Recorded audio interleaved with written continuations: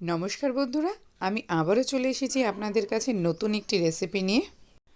ঠিক ধরেছেন, মিষ্টি ভুট্টা বা সুইট কর্ন বা আমেরিকান কর্ন যেই নামেই বলুন না কেন এটাকে, আমি এটা নিয়ে এসেছি আপনাদের কাছে 3টে ফ্লেভারের সুইট কর্ন রেসিপি। তাহলে চলুন আর দেরি না করে রেসিপিটি দেখে নেওয়া যাক।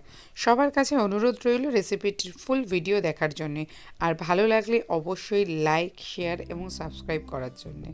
তাহলে সুইট কর্ন রেসিপির জন্য নিয়ে নিয়েছি 1 বাটি সুইট কর্ন এবং এতে আমি জল দিচ্ছি প্রায় 1 বাটির মতনই। এবার এটাকে দিয়ে 4 থেকে 5 মিনিটের মতন মিডিয়াম ফ্লেমে আমরা বয়েল করব।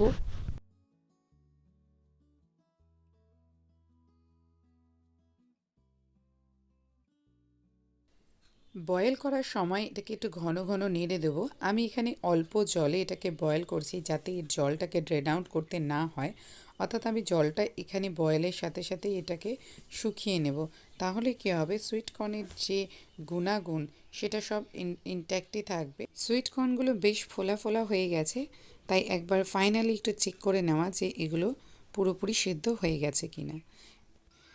কর্নগুলো সেদ্ধ হয়ে গেছে, কিন্তু এটাতে একটু জল আছে, তাই গ্যাসের ফ্লেমটাকে একটু বাড়িয়ে দিয়ে জলটাকে একটু শুকনো করে নেব। প্রথমেই যেটা বানাবো সেটা হচ্ছে বাটার কর্ন, আর এর জন্য একটা বোলের মধ্যে আমি নিয়ে নিলাম 1 হাতার মতন গরম গরম সুইট কর্ন। তার মধ্যে দিয়ে দিচ্ছি 1 চামচের মতন বাটার। বাটার গলে যাওয়া পর্যন্ত এটাকে ভালো করে নাড়তে হবে, অর্থাৎ বাটার যেন একদম কর্নের সাথে মিক্স হয়ে যায়। বাটার মেল্ট হয়ে গেলে আমি এতে দিয়ে দিচ্ছি 1/2 চামচের মতন গোলমরিচের গুঁড়ো এবং এটাকেও ভালো করে মিক্স করে নিতে হবে। এরপর এতে দিয়ে দিচ্ছি স্বাদ মতো নুন, আর তৈরি হয়ে গেছে আমাদের বাটার কর্ন।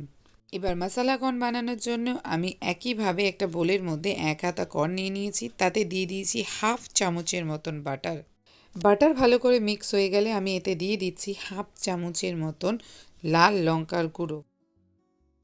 ভালো করে এগুলোকে মিক্স করার পর এতে আমি দিয়ে দিচ্ছি স্বাদ মতো নুন, আর তাহলেই তৈরি হয়ে যাবে আমাদের মশালা কর্ন। শেষ যেটা আমি বানাবো সেটা হচ্ছে মেয়োনিজ উইথ কোরিয়েন্ডার কর্ন।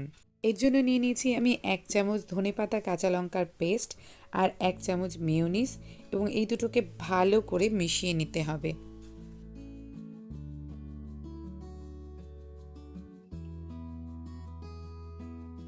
এবার একইভাবে একটা বোলের মধ্যে নিয়ে নিয়েছি 1 হাতার মতন কর্ন এবং তাতে দিয়ে দিয়েছি 1/2 চামচের মতন বাটার। ভালো করে বাটারটা মিক্স হওয়ার পর এতে আমি অ্যাড করব আমাদের তৈরি করে রাখা মেয়োনিজ কোরিয়ান্ডারের পেস্ট।